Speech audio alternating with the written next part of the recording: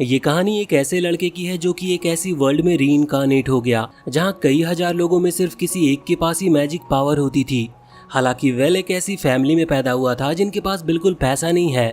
वो family Nobel family कहलाती है। इस वजह से दूसरों को दिखाने के लिए उनको खुद का अपना स्टेटस मेंटेन रखना पड़ता है, जबकि बैकग्राउंड में उनके पास खाने के लिए भी पैसे नहीं हैं।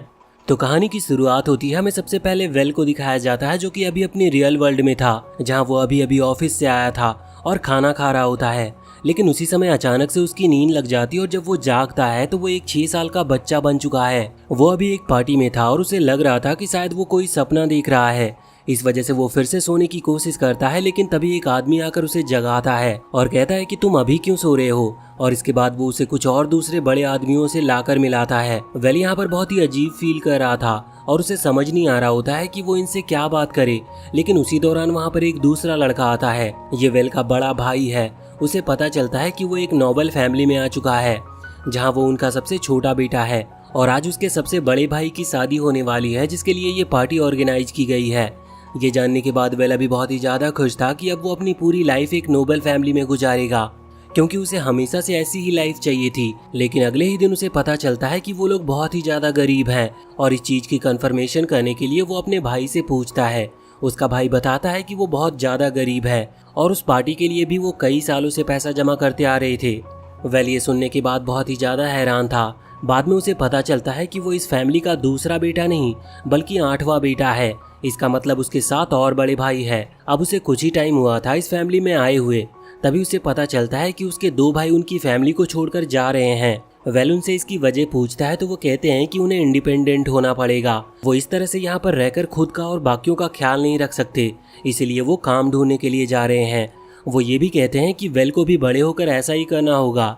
यह सुनकर वेल थोड़ा सा शॉक था और सोचने लगा था कि उसे कुछ ऐसा करना होगा जिससे कि बड़े होकर उसे काम करना ना पड़े, फिर वो काम करे भी तो अपने मन का। वैसे अब वो चीज़ ढूंढने लगा था जिसमें उसका इंटरेस्ट हो। अब एक दिन अचानक से उसे एक क्रिस्टल बॉल मिलती है जहाँ पर एक पेपर रखा हुआ था।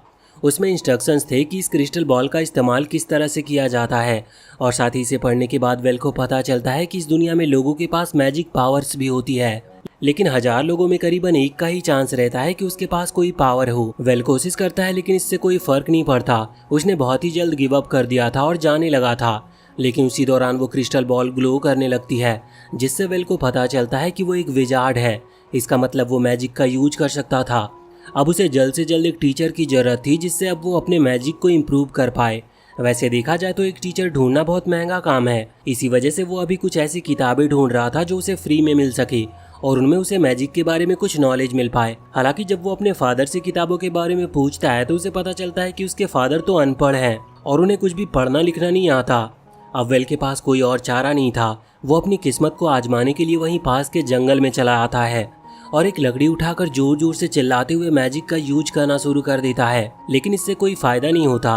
पर इतने में ही वहाँ पर एक अजीब सा आदमी आ गया था, जिसे देखकर वेल बहुत ही डर जाता है और अपनी छड़ी सामने दिखाते हुए उसे भागने को कहता है। पर अब वो आदमी जाता नहीं, वो उसकी छड़ी लेकर वहाँ से दूर फेंक देता है और इसके बाद वो अपना नाम एल्फ्रेड बताता है और कहता है कि वो एक मैजिशियन है और उसने वेल के मैजिक को महसूस कर लिया है। वैसे हम देखते हैं कि उसने अभी जो छड़ी फेंकी थी वो जाकर एक छोटे से पत्थर से टकराती है और वो छोटा पत्थर कुछ बड़े पत्थरों से टकराकर एक बड़े से पत्थर को वहाँ नीचे एक जंगली सूअर के ऊपर गिरा देता है, जिससे उस सूअर को गुस्सा आ गया था और वो तुरंत ही वहाँ से भागते हुए इनके ऊपर हमला करता है। अभी वेल बहुत ही ज्यादा डर गया था, इस वजह से वो वहाँ से भागने की कोशिश कर रहा था, लेकिन वो मैजिशियन एल्फ्रेड उसके हाथ को पकड़ता है और अपने मैजिक को शेयर करते हुए एक विंड अटैक मैजिक उस जंगली सूअर की तरफ करवाता है, जिससे वो जंगली सूअर पीछे हट गया था। और फिर एल्फ्रेड वेल को कांग्रेचुलेशन कहता है उसकी इस लाइफ के पहले स्पेल को यूज करने के लिए। वैसे अभी वो जंगली सूअर फिर से उनकी तरफ हमला कर रहा था, लेकिन एल्फ्रेड अब अपनी पावर का इस्तेमाल करता है, जिसके बाद उसने बहुत ही तेजी से उसे दूर फेंक दिया था, जिससे वो जंगली सूअर वहीं पर मारा जाता है। वेल तो अभी एल्फ्रेड की पावर को देखकर बहुत ही ज्यादा हैरान था, लेकिन फिर वो उससे कहता है कि उसे डरने की जरूरत नहीं, क्योंकि एल्फ्रेड असल में पास के ही किंगडम का कोर्ट मैजिशियन रह चुका है। कोर्ट मैजिशियन वो होते हैं जो कि किंगडम के मेन मैजिशियन में आते हैं। वैसे इस पोजीशन के लिए बहुत ही ताकतवर होना जरूरी है, लेकिन एल्फ्रेड कह रहा था कि उसे भरोसा है कि वेल इससे भी ज्यादा ताकतवर बन सकता है, जो सुनकर वेल हैरान था। वैसे वो देखता है कि अब एल्फ्रेड वहाँ उस जंगली सूअर को अपनी एक थैली के अंदर भर रहा है और वो उतना बड़ा जंगली सूअर उतनी छोटी सी थैली के अंदर बंद भी गया था। अब इसके बाद एल्फ्रेड यहाँ आकर वेल को पहले चाय देता और बताता है कि वो वेल को मैजिक सिखाना चाहता है। वेल तो ये सुनकर बहुत ही ज़्यादा हैरान था। हालांकि वो सोच रहा था कि उसके पास इतने पैसे नहीं हैं, पर एल्फ्रेड कहता है कि उसे पैसे नहीं चाहिए, वो तो सिर्फ अपने लिए एक सक्सेसर ढूंढ रहा है जो कि उसकी इस मैजिक लेगेसी को कंटिन्यू रख पाए। वेल ये सुनकर हैरान था क्योंकि वो तो हमेशा से अपने लिए एक टीचर ही ढूंढना चाहता था। वैसे एल्फ्रेड कहता है कि वो ये बात किसी को ना बताए, क्योंकि अगर लोगों को पता चला कि उसके पास मैजिक पावर है तो इससे प्रॉब्लम क्रिएट हो सकती है। यहाँ तक कि वो वेल से कहता है कि वो अपने फैमिली में भी ये बात किसी को ना बताए। वैसे वेल को ये बात ज़्यादा समझ में नहीं आती, लेकिन इसका रीजन उसका बड़ा भाई था जिसकी अभी अभी शादी हुई है। क्योंकि वो सबसे बड़ा बेटा है इसीलिए आगे चलकर वही फैमिली का लॉर्ड बनेगा। लेकिन अगर उसकी फैमिली को पता चला कि वेल के पास मैजिक पावर है तो इससे वेल को भी लॉर्ड बनाया जा सकता है। वेल भी ये बात समझ गया था क्योंकि उसे इस चीज़ से कोई प्रॉब्लम नहीं थी, वो किसी को ये बात नहीं बताएगा। अब अगले दिन से वेल की ट्रेनिंग चालू हो चुकी थी। सबसे पहले एल्फ्रेड उसकी माना यानी कि उसकी एनर्जी कैपेसिटी को चेक करता है तो उसे पता चलता है कि वेल की एनर्जी कैपेसिटी शुरुआत से ही बहुत अच्छी है। एल्फ्रेड भी इस बात से बहुत खुश था कि उसे एक ऐसा स्टूडेंट मिला जिसे सिखाना ज़्यादा मुश्किल नहीं होगा। वो वेल को रोज मैजिक की ट्रेनिंग देने लगा था, जिसके बाद वेल बहुत ही जल्दी अपने लेवल को इंक्रीज करते हुए नए नए स्पेल्स सीख रहा था। एल्फ्रेड ये देखकर हैरान था कि वेल बाकी किसी मैजिशियन की तरह नहीं है, उसे किसी भी स्पेल को सीखने में ज़्यादा टाइम नहीं लग रहा था। वैसे इसी दौरान एल्फ्रेड उसके लिए कुछ वेजिटेबल्स भी लाता था जो कि जंगल में बहुत अंदर से मिलती थी। वेल इन वेजिटेबल्स को लेकर अपने फैमिली के पास जाता है। उसकी फैमिली ये देखकर हैरान थी, लेकिन सभी उससे बहुत ही ज्यादा इम्प्रेस थे। हालांकि अभी उसका सबसे बड़ा भाई थोड़ा जेलस फील कर रहा होता है। वैसे एल्फ्रेड ने वेल को बहुत ही कम टाइम में फायर मैजिक और विंड मैजिक सिखा दिया था और अब वाटर मैजिक की बारी थी। वेल इस मैजिक की प्रैक्टिस घर पर भी किया करता था, लेकिन एक दिन वेल नोटिस करता है कि शायद उसका बड़ा भाई उसके ऊपर नजर रखने की कोशिश कर रहा है। इसका रीजन बस यही है क्योंकि वो डरता है कि कहीं आगे चलकर वेल इस फैमिली का लॉर्ड ना बन जाए। लेकिन वेल ने तो अपना मन पहले ही बना लिया है कि वो इस फैमिली का लॉर्ड नहीं बल्कि एक एडवेंचरर बनना चाहता है। वैसे आज वो हिम्मत करके अपने फादर से इस बारे में बात करता है, लेकिन उसके फादर कहते हैं कि उनके पास इतने पैसे नहीं हैं कि वो वेल को किसी एडवेंचरर एकेडमी में भेज सके। अभी वेल को पैसे की भी जरूरत है। वो इस बारे में एल्फ्रेड से बात करता है तो एल्फ्रेड उससे कहता है कि अगर वो पैसे ही कमाना चाहता है तो वो मर्चेंट गिल्ड को ज्वाइन कर सकता है, इससे वो पैसे कमा लेगा। वेल फैसला करता है कि वो ऐसा ही करेगा। वैसे इससे पहले एल्फ्रेड उसे एडवांस मैजिक जैसे कि उड़ना या फिर टेलीपोर्टेशन स्पेल्स टाइप मैजिक सिखा रहा था। अब उसी रात एल्फ्रेड नोटिस करता है कि उसकी बॉडी पर जो कर्स लगा हुआ है वो और ज्यादा तेजी से बढ़ रहा है। इसका मतलब वो जल्द ही मारा जाएगा। इसलिए वो फैसला करता है कि वो वेल को ये बात बताएगा। हालांकि अगले दिन उसने वेल को पूरा कारण नहीं बताया था, वो सिर्फ इतना कहता है कि अब वो वेल को और कुछ नहीं सिखा सकता, इसीलिए वेल को अब आगे खुद बढ़ना होगा। लेकिन वेल ऐसा चाहता नहीं था। वो रिक्वेस्ट करता है कि एल्फ्रेड आगे भी उसकी स्टडी को कंटिन्यू रखे, लेकिन एल्फ्रेड मना कर रहा था। वेल अभी इस चीज से बहुत उदास था। वैसे रात के टाइम जब वो अपनी फैमिली के साथ बैठकर खाना खा रहा होता है तब उसके फादर जंगल में दिखे एक जॉम्बी के बारे में बात करते हैं। वो बताते हैं कि कुछ लोग बात कर रहे थे कि उन्होंने जंगल में एक ऐसे आदमी को देखा है जिसकी स्किन वाइट है और वो बहुत कोल्ड है। वो इंसानों की तरह नहीं है, ऐसा लगता है जैसे वो मारा जा चुका है और वो एक जॉम्बी की तरह है। ये सुनने के बाद वेल को एल्फ्रेड की याद आती है, क्योंकि वो भी सेम उसी तरह का है जिस तरह उसके फादर बात कर रहे थे। अब वेल तुरंत ही रात के ही टाइम वहाँ से जंगल की तरफ भागता है। वो किसी तरह से अपने मैजिक से उड़ने की कोशिश कर रहा होता है। हालांकि उसका मैजिक अभी इतना इम्प्रूव नहीं हुआ है, इस वजह से वो गिर जाता है। तभी एल्फ्रेड वहाँ पर आता है। वेल उससे कहता है कि मैंने सुना है कि यहाँ पर जॉम्बी हैं, इसलिए तुम्हें यहाँ पर रहना नहीं चाहिए, तुम मेरे घर पर छुप सकते हो। और अब वेल उसे ले जाने लगता है, लेकिन एल्फ्रेड कहता है कि जिस जॉम्बी की बात सब लोग कर रहे हैं वो असल में वही है। अभी वेल को भी ये बात का हल्का सा शक तो था ही, इसीलिए वो उससे डर नहीं रहा था, पर वेल के मन में कई सारे सवाल थे। एल्फ्रेड उससे कहता है कि तुम ज्यादा मत सोचो, असल में वो जिस किंगडम का कोर्ट मैजिशियन था उस किंगडम के ही सबसे बड़े बेटे को एक बहुत ही अजीब सी बीमारी हुई, जिस बीमारी के लिए उन्हें एक खास दवाई की जरूरत थी। और उस दवाई को लाते लाते जो सभी पावरफुल मैजिशियन थे वो कई सारे मॉन्स्टर्स के बीच में घिर चुके थे। उन मॉन्स्टर को हराना सिर्फ एल्फ्रेड के ही बस की बात थी, क्योंकि वो सबसे पावरफुल मैजिशियन था और इसी वजह से उसने सभी की जान बचाने के लिए खुद की जान गंवा दी। लेकिन एल्फ्रेड को हमेशा से एक रिग्रेट था कि वो मरते मरते अपना सक्सेसर नहीं ढूंढ पाया और इसी वजह से उसकी सोल डिसअपियर नहीं हुई और वो वेल से मिला। एल्फ्रेड कहता है कि उसे अपने लिए एक सक्सेसर चाहिए था जो कि उसे अब मिल चुका है, इसीलिए अब वो जा सकता है। लेकिन जाने से पहले वो वेल के होली मैजिक को देखना चाहता है। वो चाहता था कि वेल अपने होली मैजिक से उसकी सोल को प्यूरिफाई करे। वेल तुरंत अपने होली मैजिक का इस्तेमाल करता है, लेकिन इतनी पावर काफ़ी नहीं थी, इसीलिए वो अपनी पूरी पावर लगा देता और अभी ऐसा करते वक्त वेल को अभी एल्फ्रेड के साथ गुजारे वो सारे सीन्स दिखाई दे रहे थे। वेल यहाँ पर दुखी भी था क्योंकि वो तो अभी एल्फ्रेड से सिर्फ 2 हफ्ते पहले ही मिला है, लेकिन फिर भी वो उसके इतने क्लोज आ गया। अभी जाते हुए एल्फ्रेड कहता है कि तुम्हें अपना बेस्ट देना होगा और पावरफुल बनना होगा। जब एल्फ्रेड चला जाता है तो वेल अपने आंसू पोंछकर खुद ये फैसला करता है कि वो एक बहुत ही अच्छा स्टूडेंट बनेगा। जिसके बाद से वेल ने रेगुलर बहुत ही ज़्यादा प्रैक्टिस करना शुरू कर दिया। वो पहले से ज़्यादा मेहनत कर रहा था खुद को स्ट्रांग बनाने में और फिर देखते ही देखते साल बीत जाते हैं। वेल अब काफ़ी बड़ा हो चुका था और फाइनली अब वो एडवेंचरर्स एकेडमी में जा सकता था। आज उसका वहाँ पर पहला दिन था। अभी सारे स्टूडेंट्स एक दूसरे को इंट्रोड्यूस करा रहे थे, जिस दौरान वेल की भी बारी आती है। लेकिन वेल अपनी ट्रेनिंग में इतना खोया हुआ रहता था कि वो लोगों के साथ कम्युनिकेट भी करना नहीं सीख पाया। इस वजह से उसे खुद के बारे में किसी को बताने में भी बहुत प्रॉब्लम हो रही थी। अब जब सभी स्टूडेंट एक दूसरे को इंट्रोड्यूस करा देते हैं तो सब अपनी सीट पर बैठ जाते हैं। जिसके बाद वहाँ पर इंस्ट्रक्टर की एंट्री होती है। वो अपने हाथ में एक पेपर लेकर आए थे और कह रहे थे कि सबसे पहले अब तुम्हें एक पार्टी मतलब कि एक ग्रुप ज्वाइन करना होगा और ये ग्रुप वो खुद ही बनाएंगे।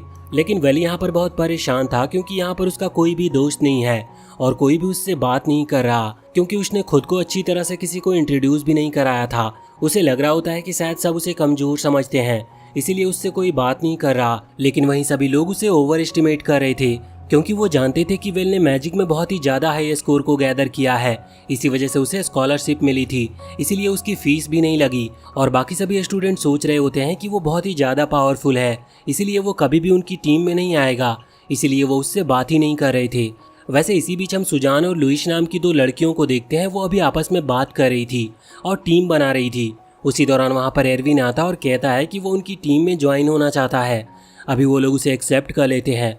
हालांकि वो बात कर रहे थे कि उनकी टीम में पावरफुल मैजिशियन भी होना चाहिए। साथ ही दूसरी भी जो टीम्स थी वो भी इसी बारे में बात कर रही थी और उनकी क्लास में सबसे पावरफुल मैजिशियन वेल ही है। लेकिन फिर भी वो वेल से बात नहीं कर पाते क्योंकि उन्हें डर था कि वेल उन्हें साफ मना ना कर दे। अब जब सभी लोगों ने टीम बना ली थी तो इंस्ट्रक्टर कहते हैं कि मैं जानता हूँ कि तुम लोग अब टास्क को पूरा करोगे जिससे कि तुम थोड़े पैसे कमा सको। वैसे सबसे अच्छा टास्क हंटिंग का है क्योंकि उसके लिए तुम्हें सबसे ज़्यादा पैसे मिलते हैं। लेकिन तुम में से कोई भी इसमें अकेला नहीं जाएगा क्योंकि ये बहुत खतरनाक भी हो सकता है। अभी यहाँ पर एरविन, सुजान और लुइस बात कर रहे थे कि वेल को वो सभी लोग अपनी टीम में लेना चाहते हैं, लेकिन वेल किसी की टीम में ऐसे ही नहीं आएगा, उन्हें पहले खुद को साबित करना होगा। अब इस चीज के लिए वो पूरी मेहनत करते हैं और क्लास में बाकी सारी टीमों से ज्यादा बीस्ट को हंट करके ले आते हैं। वो बहुत खुश हो रहे थे और सोच रहे थे कि अब तो वेल पक्का उन्हें ज्वाइन कर लेगा। लेकिन उसी दौरान वेल वहां पर आता है जिसने अकेले ही बाकी सभी से ज्यादा बीस्ट को पकड़ा था। ये देखने के बाद सभी लोग हैरान थे और आपस में बात कर रहे थे कि कोई फायदा नहीं क्योंकि अब वो वेल को अपनी टीम में ज्वाइन नहीं करवा सकते, वो अकेला ही उन सभी से ज्यादा ताकतवर है। यही सोचते हुए अब वो सभी वहां से चले जाते हैं। इस तरफ वेल सोच रहा था कि अच्छा हुआ उसने बहुत सारे मॉन्स्टर को मार दिया, इससे अब उसे बहुत पैसे मिलेंगे और वो सभी को एक पार्टी देगा जिससे कि उसकी दोस्ती सभी के साथ हो पाए। लेकिन जब वो पैसे लेकर घूमता है तो वहाँ पर कोई भी नहीं था। अब अगले सीन में हम देखते हैं कि सुजान, लुइस और एरविन तीनों ही जंगल की तरफ जा रहे थे। क्योंकि वो वेल से हार गए हैं इसीलिए उन्होंने फैसला किया था कि वो फिर से हंटिंग करेंगे और बहुत सारे मॉन्स्टर्स को पकड़ेंगे जिससे कि वो वेल को बता सके कि वो भी पावरफुल है और वेल उनकी टीम को ज्वाइन कर ले। लेकिन ये उनकी बहुत बड़ी गलती थी क्योंकि यहाँ पर उन्हें बहुत सारे वुल्फ घेर लेते हैं। अब वो कुछ कर नहीं सकते क्योंकि वो ज्यादा से ज्यादा कितने ही वुल्फ को मार सकते हैं। वहाँ पर बहुत सारे वुल्फ थे लेकिन इतने में ही वेल वहाँ पर आ जाता है। उसने उन लोगों की प्रेजेंस को महसूस कर लिया था। वो यहाँ पर अपने मैजिक से धरती के अंदर से बहुत सारे पत्थरों को बाहर निकालता है जिससे वो सारे मॉन्स्टर मारे जाते हैं और ऐसा करके वेल ने उन लोगों की जान बचा ली थी। अब बाद में जब वो चारों आपस में बात कर रहे थे तो अब वेल को पता चलता है कि वो तीनों उसे ओवर एस्टिमेट कर रहे थे और वो तीनों ही नहीं बल्कि पूरी क्लास उसे ओवर एस्टिमेट कर रही थी जिस वजह से उससे कोई बात नहीं कर रहा था। वेल ये सुनकर हैरान था क्योंकि वो खुद भी बताना चाहता था कि वो उनकी टीम में ज्वाइन होना चाहता है। लेकिन इतने में ही वहाँ पर इंस्ट्रक्टर आ जाते हैं और बताते हैं कि ड्यूक ने अपने एक पार्टी के लिए सभी को इन्वाइट किया है। ड्यूक असल में एक पोजीशन होती है जिसे किंग का बहुत ही खास माना जाता है। अब वेल और उसके सभी नए दोस्त उस पार्टी में पहुंच चुके थे। यहाँ पर जो ड्यूक था वो वेल को देखकर बहुत खुश था क्योंकि वो उसकी फैमिली को जानता है और उसे वेल की पावर के बारे में भी पता है। वो उसे अपने मेंशन में इनवाइट करता है लेकिन वेल किसी के घर पर पहले कभी अकेला नहीं गया था। इसी वजह से वो एरविन, सुजान और लुइस को एज अ टीम पार्टनर बताकर अपने साथ ले आता है। अभी वो तीनों भी हैरान थे कि उन्हें ड्यूक के घर में जाने को मिल रहा है। वहाँ पर जाने के बाद वेल की मुलाकात एक कोर्ट मैजिशियन से होती है। उसे जानने को मिलता है कि ये कोर्ट मैजिशियन एल्फ्रेड का टीचर रह चुका है। वैसे ज़्यादा हैरानी की बात ये थी कि असल में इस मैजिशियन को भी पता था कि एल्फ्रेड उस वक्त मर तो गया था, लेकिन उसकी सोल डिसअपियर नहीं हुई थी, क्योंकि वो ये भी जानता था कि एल्फ्रेड हमेशा से अपने लिए एक ऐसा सक्सेसर ढूंढना चाहता था जो कि उससे भी ज़्यादा ताकतवर हो। और वेल के पास उसने वो थैली भी देख ली थी जो कि एल्फ्रेड की थी। वेल बताता है कि हाँ, एल्फ्रेड ने इसमें कई सारी चीज़ें जमा करके रखी है और इसीलिए अब वेल ये चीज़ें उन्हें देना चाहता है। हालांकि एल्फ्रेड की जो स्टोरी थी उसे जानने के बाद सभी बहुत ही ज़्यादा दुखी थे। अगले सीन में हम देखते हैं कि एरविन, लुइस और सुजान तीनों ही वहाँ मेंशन के बाहर थे और दुखी थे और बात कर रहे थे कि उन्होंने वेल को गलत समझा, क्योंकि वेल भी सेम उन्हीं की तरह है। वो भले ही एक नोबल फैमिली से बिलोंग करता है, लेकिन वहाँ का वो सबसे छोटा है, इस वजह से वो लॉर्ड नहीं बन सकता, भले ही उसके पास टैलेंट कितना भी क्यों ना हो। लेकिन उन्हें ये नहीं पता था कि वेल को तो लॉर्ड बनना ही नहीं है, वो तो एक एडवेंचर बनना चाहता है। वैसे अब तभी वेल वहाँ पर दौड़ता हुआ आता और इन लोगों से माफ़ी मांगते हुए कहने लगता है कि मुझे माफ़ करना, मैं तुम्हें इस पार्टी में ले आया और वो भी बिना तुमसे पूछे। पर इस पर वो सभी कहते हैं कि नहीं, वो इस तरह की पार्टी में पहली बार आए हैं, उन्हें यहाँ पर बहुत मज़ा आया। वेल उनसे कहने लगता है कि वो उनकी टीम को ज्वाइन करना चाहता है। वो बहुत टाइम से ये चीज़ सोच रहा था, लेकिन उसकी हिम्मत नहीं हुई ये कहने की। ये सुनकर वो तीनों हंसने लगते हैं, क्योंकि वो सभी भी यही चाहते थे। अब तभी वहाँ पर ड्यूक और वो एल्फ्रेड का रह चुका टीचर मैजिशियन वहाँ पर आता है। वो इस वक्त वेल को रिवॉर्ड देने के लिए आए थे, क्योंकि वेल जो थैली लेकर आया है उसके अंदर उनके लिए बहुत सारी काम की चीज़ें थी और एल्फ्रेड की इस थैली को वेल ने उन तक पहुंचाया है, इसीलिए वो उसे 100 गोल्डन कॉइन देते हैं। वैसे वो लोग बताते हैं कि वेल को वो मेंशन भी मिला है जिसमें मरने के पहले एल्फ्रेड रहा करता था। वेल ये सुनकर हैरान था और जब वो वहाँ पर पहुँचता है तो देखता है कि ये मेंशन बहुत बड़ा है, वो अकेले यहाँ पर रह नहीं सकता, इसीलिए वो अपने दोस्तों को भी यहीं पर बुला लेता है। अब इसके बाद कुछ टाइम बीत चुका था। अगले सीन में हम देखते हैं कि वेल और उसके दोस्त अभी एक स्पेस शिप पर थे।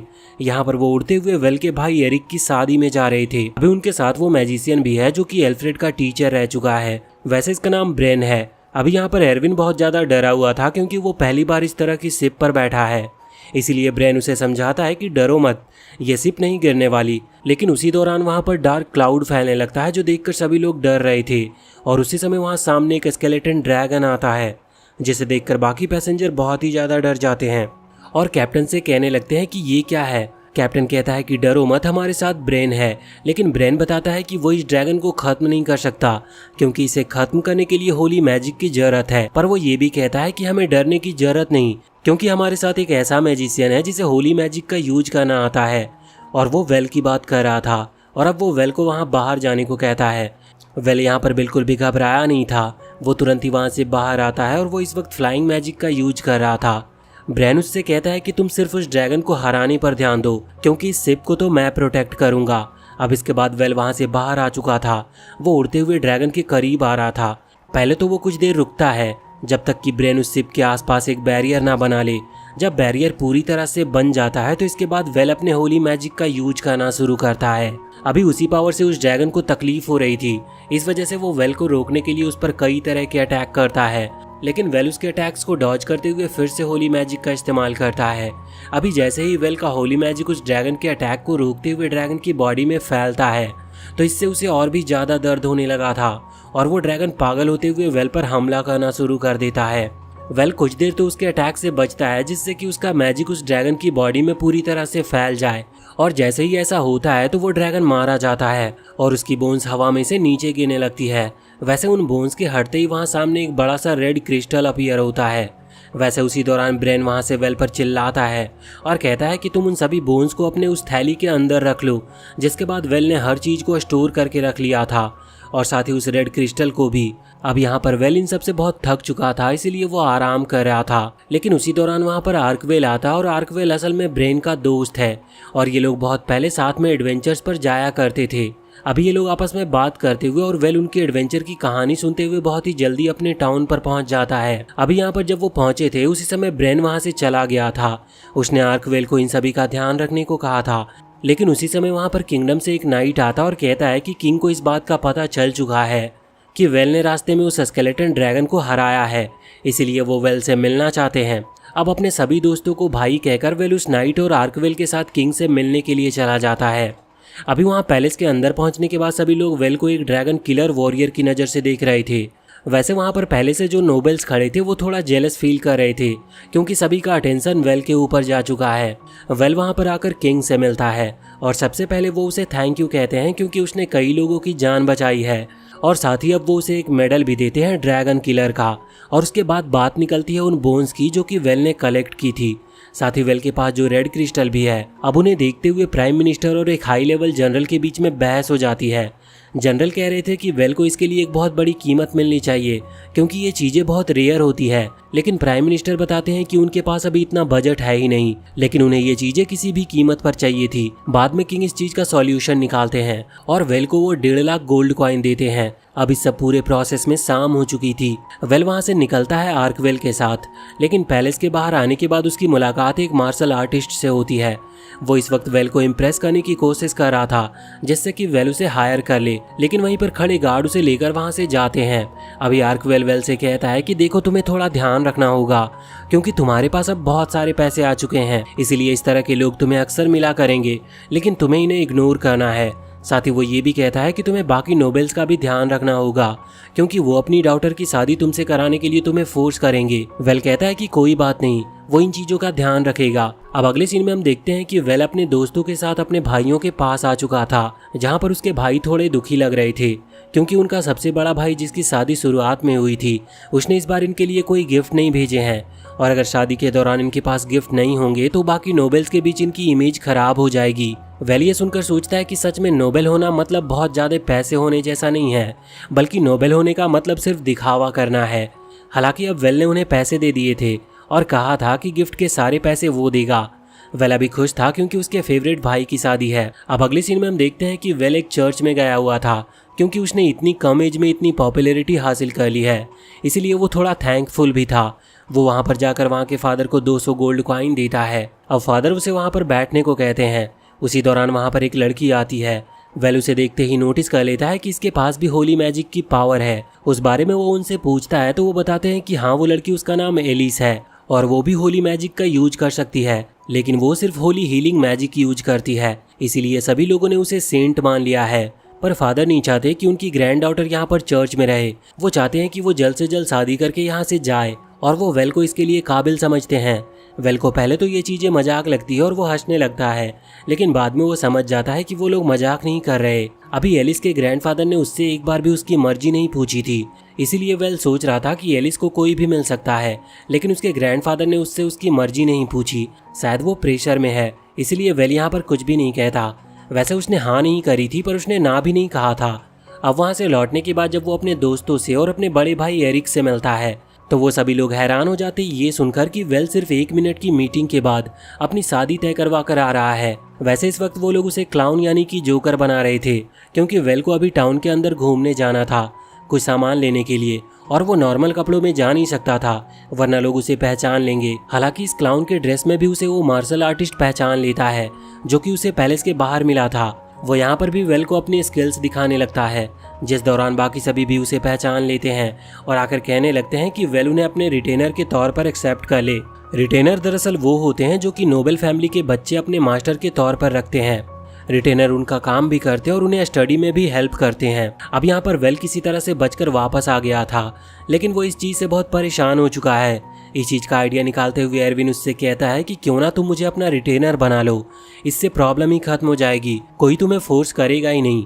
अभी एरविन इस बात को मजाक में कह रहा था, लेकिन वेल इस बात को सीरियसली लेते हुए हाँ कर देता है, जो सुनने के बाद एरविन बहुत ही ज़्यादा हैरान हो गया था। बाद में हम वेल को देखते हैं जो कि एलिस पर नज़र रख रहा था। उसके घर पर अभी उसके ग्रैंडफादर थे, लेकिन उसे एलिस कहीं पर दिख नहीं रही थी। उसी समय वो उधर पीछे आ जाती और उसे आवाज़ लगाती है। वेल पहले तो डर जाता है, लेकिन बाद में वो दोनों बैठकर बातें करने लगते हैं। वेल यहाँ पर उससे कह रहा था कि तुमने जो डिसीजन लिया है क्या वो तुमने किसी के प्रेशर में आकर लिया है। इस पर एलिस कहती है कि ऐसा नहीं है, उसे कभी ना कभी तो किसी के साथ शादी करनी ही पड़ेगी, और ऐसे में अगर वो ड्रैगन स्लेयर के साथ शादी करे तो ये तो खुशी की बात है। वेल इस चीज़ से खुश था कि वो किसी के प्रेशर में आकर ये डिसीजन नहीं ले रही है। वहीं दूसरी तरफ हम एरविन लुइस और सुजान को देखते हैं। अभी एरविन लुइस और सुजान को चिढ़ा रहा था और कह रहा था कि मैं तो अब वेल का रिटेनर बन चुका हूँ, मतलब तुम दोनों मेरे जूनियर हो, लेकिन चिंता मत करो, मैं तुम्हें भी कोई ऐसी ही जॉब दिलवा दूंगा। इससे उन दोनों को बहुत गुस्सा आता है और जब एरविन वहाँ से चला जाता है तो उन दोनों की ही नज़र एरिक और उसकी नई पार्टनर पर पड़ती है। वो दोनों साथ में क्यूट लग रहे थे, लेकिन इससे सुजान और लुइस को एक आइडिया आता है। वो फैसला करते हैं कि अब वो वेल को इम्प्रेस करेगी और ऐसा कुछ करेगी जिससे कि वेल उन्हें भी लाइक करने लगे, जिससे कि एलिस के साथ साथ वो भी वेल से शादी कर लेगी और इसके बाद फिर वो वेल की बहुत खास बन जाएगी। इसीलिए फिर एरविन उन्हें नहीं चिढ़ा पाएगा और फिर वो अमीरों वाली जिंदगी जी सकती है। अभी इसी प्लान को कामयाब करने का सोचते हुए वो हंस रही थी, लेकिन उसी समय वहाँ पर वेल आ जाता है। यहाँ पर सिचुएशन थोड़ी सी वियर्ड होती है, लेकिन फिर वो दोनों कोशिश करती है कि वो वेल को इम्प्रेस करे। हालांकि वेल इम्प्रेस तो नहीं होता, बल्कि वो वहाँ से उठकर चला जाता है। लेकिन इन दोनों ने हार नहीं मानी थी। ये रात को फिर से प्लानिंग कर रही थी। इस दौरान सुजान कहती है कि मेरे हिसाब से ये प्लान ठीक नहीं है, हमें ऐसा नहीं करना चाहिए। अभी उन्हें नहीं पता था कि वेल बाहर से उनकी बातें सुन रहा है। ये बहुत ही ऑकवर्ड कन्वर्सेशन थी, लेकिन वेल फिर भी उनकी बात सुन रहा था। उसी समय वहाँ पर पैलेस का बटलर आता है। वो वेल को इनवाइट करने के लिए आया था घर पर डिनर पार्टी के लिए। वेल वहाँ पर पहुँचता है। ये डिनर पार्टी एलिस और वेल के बीच की थी। वो बटलर उन्हें खाना देता है और अब सिचुएशन थोड़ी सी अजीब थी, क्योंकि वेल इस तरह से एलिस के साथ अकेला था, लेकिन खाने के बाद वो जाने लगता है। तभी वो बटलर कहता है कि आप इस तरह से नहीं जा सकते, क्योंकि आज आपकी पहली डेट है, इसलिए आप दोनों को शॉपिंग पर जाना चाहिए। अब वेल ना चाहते हुए भी एलिस के साथ चला जाता है। रास्ते में एक शॉप पर वेल को बहुत सारी रिंग्स दिखाई देती है, तो वो उन्हें देखने लगा था, लेकिन वो बहुत ही ज्यादा महंगी थी। एलिस कहती है कि नहीं, तुम्हें मेरे ऊपर इतना ज्यादा खर्च करने की जरूरत नहीं। उसी समय वेल वहाँ दूर रखी हुई एक मामूली सी रिंग को देखता है, लेकिन वो रिंग उसे बहुत पसंद आई थी। वो उसे खरीदना चाहता था और जब वो उसका प्राइस पूछता है तो शॉप ऑनर बताता है कि ये टोटल 300 गोल्ड कॉइन की है। जो सुनने के बाद वेल और एलिस दोनों ही बहुत हैरान थे, लेकिन फिर भी उसने वो रिंग खरीद ली थी। अब जब वो दोनों वहाँ से लौट रहे थे तो एलिस बहुत ही ज़्यादा खुश थी। वो कह रही थी कि इस मैजिक रिंग के लिए तुम्हारा बहुत बहुत शुक्रिया। हालांकि वेल को पहले नहीं पता था कि वो एक मैजिक रिंग है। अब बाद में उसे जानने को मिलता है कि सच में इस रिंग पर मैजिक का यूज किया जा सकता है। वो जब उसे अपने मैजिक से चार्ज करता है तो वो रिंग एक्टिवेट हो जाती है और वो दोनों एक अलग अलग स्पेस में आ जाते हैं जहाँ पर अनलिमिटेड जगह थी। वेल को पता चलता है कि ये रिंग एनर्जी स्टोर करने के काम आती है, जिसे बाद में जरूरत पड़ने पर यूज किया जा सकता है। वेल यहाँ पर अपनी कुछ एनर्जी रिलीज कर देता है। अगले सीन में हम देखते हैं कि अभी एरविन, सुजान और लुइस तीनों बैठकर बातें कर रहे थे। उसी दौरान एलिस वहाँ पर आती है और वेल के बारे में पूछती है, लेकिन वो बताते हैं कि वेल तो अभी किंग से मिलने गया है। असल में किंग ने वेल को एक मिशन के लिए बुलाया था। वो वेल को एक ड्रैगन के बारे में बताते हैं जिसने उन्हें बहुत परेशान करके रखा है। ये ड्रैगन यहाँ से बहुत दूरी पर है और ये बहुत ताकतवर है, और इस तरह के ड्रैगन ईविल ब्रेथ का इस्तेमाल करते हैं जो कि बहुत पावरफुल होती है। और यही सेम अटैक उस स्केलेटन ड्रैगन ने किया था, लेकिन वेल के पास होली मैजिक की पावर है, इसीलिए उसने उस अटैक को रोक दिया था। और अभी इसीलिए किंग उसे इस मिशन के लिए चुन रहे थे, क्योंकि पहले ही उनके कई सारे सोल्जर घायल हो चुके हैं और अभी कुछ और भी वहीं पर फंसे हैं। अभी वेल का साथ देने के लिए ब्रेन उसके साथ जाने वाला था। ब्रेन बताता है कि हम एक और आदमी को साथ में ले जा रहे हैं। अब वहाँ पर एक आदमी आता है जो कि बहुत ही ज़्यादा ताकतवर था, जिसका नाम था आर्मस्ट्रॉन्ग। अब ये तीनों वहाँ से उड़कर उस ड्रैगन को ढूंढने के लिए निकल पड़े थे। वैसे जब वेल के दोस्तों को ये बात पता लगती है कि वेल इस तरह के खतरनाक मिशन पर गया है, तो वो भी कुछ लोगों को जमा कर लेते हैं वहाँ वेल की मदद के लिए जाने के लिए। उसी दौरान एलिस भी वहाँ उन्हें ज्वाइन करती है, क्योंकि उसके पास हीलिंग पावर्स है, तो वो वहाँ पर घायल सोल्जर को हील कर सकती है। अब हम देखते हैं कि वेल, आर्मस्ट्रॉन्ग और ब्रेन तीनों ही वहाँ पर पहुँच चुके थे और उस ड्रैगन के साथ फाइट करने लगे थे। ये लड़ाई थोड़ी सी मुश्किल थी, क्योंकि वो ड्रैगन बहुत पावरफुल था। आर्मस्ट्रॉन्ग के पास बहुत पावर थी, लेकिन वो सिर्फ उस ड्रैगन को रोक सकता था, और यहाँ वेल के पास होली मैजिक थी, जिससे कि उस ड्रैगन को खत्म किया जा सकता है। इसीलिए वो मिलकर काम करते हैं। इस चीज में उन्हें थोड़ी सी चोट तो आती है, लेकिन अंत में उन्होंने उस ड्रैगन को खत्म कर दिया था। दूसरी तरफ हम एलिस को देखते हैं, जो कि अभी उन सोल्जर्स को हील कर रही थी जो कि पहले यहाँ पर आए थे और उन्हें चोट लगी हुई है। अभी एलिस की एनर्जी खत्म हो गई थी, लेकिन वो उस स्टोरेज रिंग के अंदर से और ज्यादा एनर्जी लेकर उन्हें हील करते जा रही थी। अभी वो बहुत खुश थी, क्योंकि वहाँ पर लेटे सभी इंजर्ड सोल्जर वेल की तारीफ कर रहे थे। कुछ ही देर में एलिस को पता चलता है कि वेल भी वहाँ पर आ चुका है, लेकिन वो बहुत ही ज़्यादा इंजर्ड है। ये देखकर एलिस को उसकी चिंता होती है और वो वहाँ से भागती है, लेकिन वो देखती है कि वेल तो ठीक है, उसे बस थोड़ी सी नॉर्मल इंजरीज आई है। वैसे अब अपनी एनर्जी का ज़्यादा इस्तेमाल करने की वजह से एलिस बेहोश हो चुकी थी। कुछ देर के बाद जब उसे होश आता है तो वेल उसके पास वहीं पर बैठा था। वो बताता है कि उसने सोल्जर से उसकी बहुत तारीफ सुनी है। एलिस ने अपनी एनर्जी खत्म हो जाने के बाद भी बहादुरी से सबको हील किया और सभी की चोटों को ठीक किया।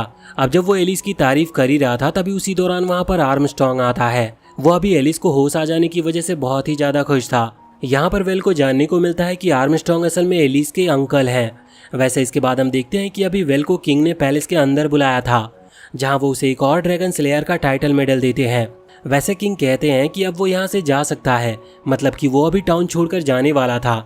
इसके लिए सबसे पहले वो एल्फ्रेड के उस मेंशन में जाता है जहाँ पर उसका कुछ सामान था, तो वो सामान रखने लगा था। यहाँ पर लुइस और सुजान को पता चलता है कि एलिस भी उनके साथ जा रही है और अब से वो वेल के साथ ही रहेगी। ये सुनकर लुइस और सुजान सोचने लगी थी कि अगर ऐसा ही रहा तो अब वो अपने प्लान पर काम नहीं कर पाएगी। इस तरफ वेल सोच रहा था कि सुजान और लुइस दोनों ही उसी एज की लड़कियां हैं, इसीलिए अगर वो उसके साथ रहेंगी तो एलिस को शायद ये अच्छा ना लगे। इसीलिए पहले वो इसके बारे में एलिस से पूछता है, तो इस पर एलिस कहती है कि नहीं, नोबेल से एक से ज्यादा भाई भी रख सकते हैं, इसीलिए उसे कोई तकलीफ नहीं है। अब यहाँ पर अपॉर्चुनिटी देखकर यहाँ सुजान और लुइस तुरंत ही इस चीज की कंफर्मेशन मांगते हैं, जिस पर एलिस हाँ कर देती है। अब कुछ महीनों के बाद हम देखते हैं कि वेल के एक और भाई ने शादी की थी, इसीलिए वो वापस से यहाँ किंगडम में आया था, जिस दौरान एरिक उसे बताता है कि यहाँ पर एक टूर्नामेंट होने वाला है। अभी वेल यहाँ पर उस टूर्नामेंट में हिस्सा लेना चाहता था, लेकिन वहाँ पर मैजिशियंस के लिए कोई जगह नहीं है। वेल सोचता है कि उसे हिस्सा तो लेना है, लेकिन उसे और कुछ आता भी नहीं। पर एरिक बताता है कि यहाँ पर स्वॉर्ड फाइट भी होगी, इसीलिए अगर तुम चाहो तो तुम स्वॉर्ड फाइट में हिस्सा ले सकते हो। लेकिन वेल को ये बिल्कुल नहीं आती थी, लेकिन उसका भाई कह रहा है, इसीलिए वो मना नहीं कर पाता। दूसरी तरफ हम देखते हैं कि अभी सुजान, एरविन और लुइस घर पर थे। उसी समय वहाँ पर ब्रेन आता है और उन्हें इस टूर्नामेंट के बारे में बताता है, जो सुनने के बाद लुइस और सुजान ने फैसला कर लिया था कि वो उसमें हिस्सा लेगी। लेकिन वो जानती है कि उनके पास ना ही ज़्यादा अच्छी मैजिक पावर है और ना ही इतनी स्ट्रेंथ है, लेकिन इसके लिए वो अब ट्रेनिंग करने लगी थी। एरविन वहीं पर लेटा हुआ था, वो ट्रेनिंग के लिए नहीं जा रहा था, इसीलिए ब्रेन उसे डराने के लिए कहता है कि अगर ऐसा ही चलता रहा तो वेल उसे रिटेनर की जॉब से निकाल देगा, क्योंकि एरविन बहुत कमज़ोर है। अब उसी रात की बात है जब ये सभी खाना खा रहे थे। उसी दौरान वेल इन्हें बताता है कि एलिस भी उनकी टीम को ज्वाइन करना चाहती है, क्योंकि वो एक अच्छी हीलर है, इसीलिए इससे उनकी टीम और ज़्यादा पावरफुल हो जाएगी। इसी दौरान वो बताता है कि इस टूर्नामेंट में पिछले टूर्नामेंट का विनर पार्टिसिपेट नहीं कर रहा, वो चाहता है कि बाकियों को भी मौका मिले। ये सुनकर एरविन फैसला करता है कि अब वो पार्टिसिपेट कर सकता है, क्योंकि उसके जीतने के चांस बढ़ गए हैं। इसके बाद अब वो प्रैक्टिस करने लगा था और प्रैक्टिस में उसने सभी को पीछे छोड़ दिया था। यहाँ पर वेल की हालत बहुत ख़राब थी, क्योंकि वो इस तरह की प्रैक्टिस में ज़्यादा अच्छा नहीं है, उसे सिर्फ मैजिक का यूज करना आता था। लेकिन अब कुछ ही दिन बाद वेल बताता है कि वो पार्टिसिपेंट जो कि हर बार जीतता था, वो भी अब पार्टिसिपेट कर रहा है।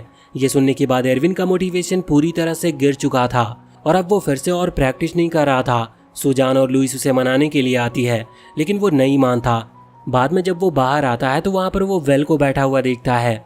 वो पूछता है कि बाकी सब कहाँ पर है, तो वेल बताता है कि सुजान और लुइस प्रैक्टिस के लिए गए हैं। हालांकि एलिस भी प्रैक्टिस के लिए ही गई है। वो कहता है कि उसकी बॉडी प्रैक्टिस के लिए नहीं बनी है, क्योंकि उसने बचपन से आज तक इस तरह की ट्रेनिंग कभी नहीं की, लेकिन फिर भी वो हार नहीं मान रही। ये सुनकर एरविन मोटिवेट हो जाता है। वो फैसला करता है कि भले ही वो हार क्यों ना जाए, लेकिन फिर भी वो कोशिश करेगा। अब इसके बाद सीधा टूर्नामेंट वाला दिन आता है। हम देखते हैं कि अभी वेल की फाइट शुरुआती राउंड में नाइट कैप्टन के साथ होने वाली थी। अभी इससे लड़ते वक्त वेल बहुत ही जल्दी हार जाता है। अब वो बैठ गया था और देखने लगा था अपने बाकी दोस्तों को। हम देखते हैं कि उस राउंड में ही लुइस सेमीफाइनल तक पहुंचकर हार जाती है। हालांकि सुजान फाइनल तक पहुंच चुकी थी, लेकिन फिर भी वो वहां पर हार जाती है। और अब ये शुरुआती राउंड खत्म होते हैं और एरविन किसी तरह से फाइनल तक पहुंच जाता है। उसने सभी को हरा दिया था, लेकिन फाइनल में उसकी फाइट उस नाइट कैप्टन से होने वाली थी। ये वही नाइट कैप्टन है जिसने अभी कुछ देर पहले वेल को हराया था, और यही वो विनर है जो कि हर टूर्नामेंट में जीतता है। अभी फाइट से पहले एरविन थोड़ा घबराया हुआ था। वहाँ के लोग उसे समझाते हैं कि उसे लड़ने की जरूरत नहीं, लेकिन एरविन सोच रहा था कि अगर वो हार गया या उसने हार मान ली तो शायद वेल उसे अपनी टीम से और रिटेनर की जॉब से निकाल दे। तभी वहाँ सुजान और लुइस आती है। वो उसके लिए अभी लंच लेकर आई थी जो कि वेल ने दिया था। वो उससे कहती है कि उसे घबराने की जरूरत नहीं, क्योंकि वेल उसे कभी भी अपनी टीम से या रिटेनर की जॉब से नहीं निकालेगा। इससे एरविन थोड़ा रिलैक्स फील करता है, लेकिन वो डिसाइड करता है कि वो हार नहीं मानेगा और अब अपनी टीम के लिए लड़ेगा।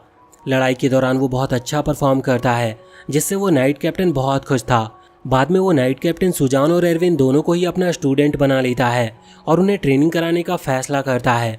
दूसरी तरफ हम देखते हैं कि वेल और लुइस को भी किसी ने अपना स्टूडेंट बना लिया था। वो दोनों अभी उस मास्टर से ही मिलने के लिए जा रहे थे। हालांकि जब वो वहाँ पर पहुँचते हैं तो सामने आर्मस्ट्रॉन्ग को देखते हैं। वो कहता है कि वो उन्हें बहुत स्ट्रांग बना देगा। अब यहाँ से 3 साल बाद का सीन आता है। हम देखते हैं कि वेल अभी 15 साल का हो चुका है और अभी वो सोच रहा था कि फाइनली अब वो स्ट्रांग हो चुका है। इसका मतलब किंग उसे अब छोटे मोटे मिशंस नहीं देंगे और वो अपनी लाइफ खुद की मर्जी से जी पाएगा। लेकिन इतने में ही वहाँ पर ब्रेन आता है। वो उससे कहता है कि हमें ये मिशन गिल्ड की तरफ से मिला था, ये किसी एंशियंट सिटी के बारे में है, लेकिन इसे डिटेल में बताने के लिए ब्रेन वेल के साथ रहेगा। अभी वो वेल को उस जगह पर लेकर आता है जहाँ पर उन्होंने उस ड्रैगन को हराया था। लुइस यहाँ पर आकर उसे बताती है कि यहाँ पर एक डंजन है, जिस डंजन को क्लियर करने के लिए किंग ने कई सारे एडवेंचरर ग्रुप को भेजा था, लेकिन वो सभी वापस लौट कर नहीं आए। किंग को लगता है कि यहाँ पर कोई ड्रैगन है, इसलिए उन्होंने किंगडम की सबसे अच्छी ड्रैगन प्लेयर टीम को यहाँ पर बुलाया है। हालांकि ड्रैगन के बारे में सुनकर वेल के अलावा बाकी सभी डरे हुए थे। जब वो वहाँ से आगे बढ़ते हैं तो एक अजीब सा गेट दिखाई देता है। गेट के अंदर आने के बाद वेल अजीब फील कर रहा था, इसलिए वो वहाँ से लौटने की कहता है, लेकिन इतने में ही वो गेट लॉक हो चुका था और फिर अचानक से वो टेलीपोर्ट हो जाते हैं। वो टेलीपोर्ट होकर उस डंजन के सबसे नीचे पहुंच चुके थे। इस पर ब्रेन कह रहा था कि शायद ये एंशिएंट सिविलाइजेशन का कोई ट्रैप होगा, क्योंकि पहले के लोग ऐसे ही ट्रैप तैयार करते थे। हालांकि अब यहाँ से वापस ऊपर की तरफ नहीं जाया जा सकता था, क्योंकि यहाँ पर वेल का टेलीपोर्टेशन मैजिक काम नहीं करेगा, इसीलिए उनके पास आगे बढ़ने के अलावा और कोई रास्ता नहीं है। वो वहाँ से आगे बढ़ने लगते हैं, लेकिन फिर से वो एक ऐसे रूम में पहुंच जाते हैं जहाँ पर बहुत सारे गोलेम थे। ये गोलेम सोल्जर सभी तो डेड थे, लेकिन जैसे ही गेट लॉक होता है तो इसके बाद ये सब जाग जाते हैं। अब ये यहाँ पर हमला करने वाले थे, इसलिए वेल उन्हें रोकने वाला था, पर उसके दोस्त मना करते हैं और कहते हैं कि उसे अपनी एनर्जी बचानी चाहिए उस ड्रैगन के लिए, और वो भी अभी शो ऑफ करना चाहते थे कि उन्होंने 3 साल में क्या सीखा।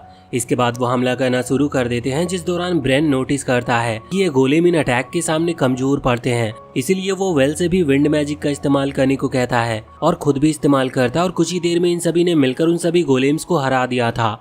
उसी दौरान लुइस को एक आवाज सुनाई देती है। जब वो वहाँ से आगे बढ़ती है तो वो देखती है कि ऊपर के प्लॉट से भी कुछ गोलेम नीचे की तरफ आ रहे थे।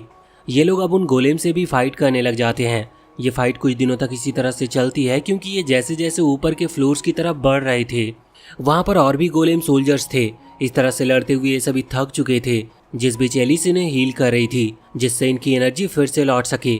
अब कई दिनों की मेहनत के बाद ये लगभग सभी गोलेम को खत्म कर देते हैं, लेकिन इसके बाद ये एक खाली हॉल में पहुंचते हैं जहाँ पर ब्रेन को कुछ महसूस होता है और वो सामने देखता है कि एक मेटल से बना हुआ ड्रैगन उनका इंतजार कर रहा था। वो ड्रैगन अब जाग चुका था, इसका मतलब उन्हें उससे लड़ना है। वो ड्रैगन तुरंत ही हमला करता है, जो देखते हुए ब्रेन ने सामने एक बैरियर क्रिएट कर दिया था। इस बैरियर को बचा कर रखने में वेल भी उसकी मदद करता है, लेकिन इतने में ही पीछे से कुछ और गोलेम आ जाते हैं और सुजान पर भी हमला कर देते हैं, और उन्होंने सुजान को अपने स्पेयर मार दी थी। सुजान नीचे गिर चुकी थी और एलिस उसे हील करना शुरू करती है, जिस दौरान लुइस और एरविन अभी उन गोलेम से लड़ रहे थे और वेल और लुइस उस ड्रैगन को हरा रहे थे।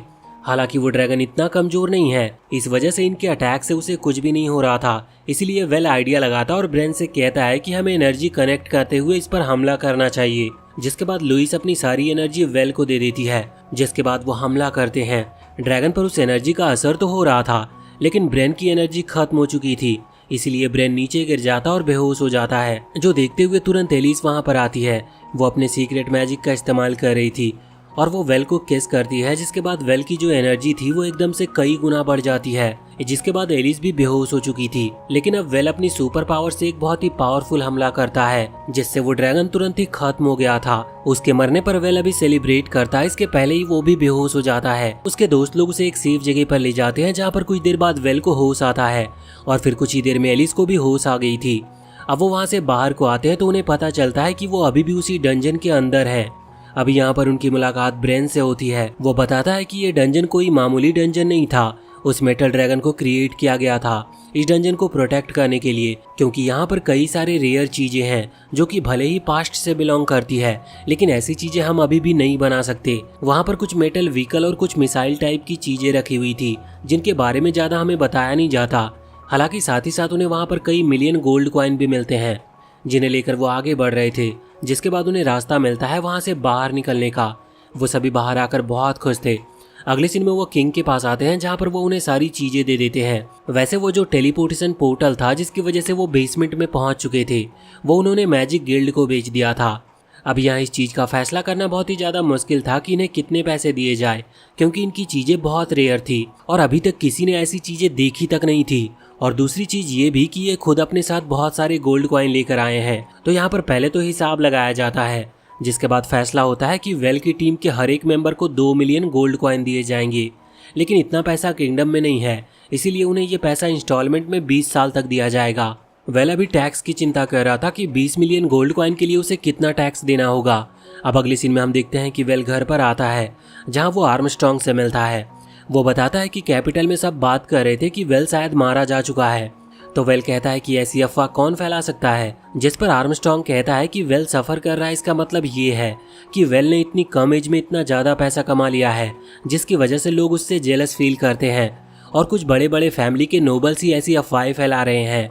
वैसे अब ये सुनने के बाद वेल के दोस्त चिंता करने लगे थे क्योंकि इस बार इतना ज़्यादा रिवॉर्ड उन्हें भी मिल रहा है।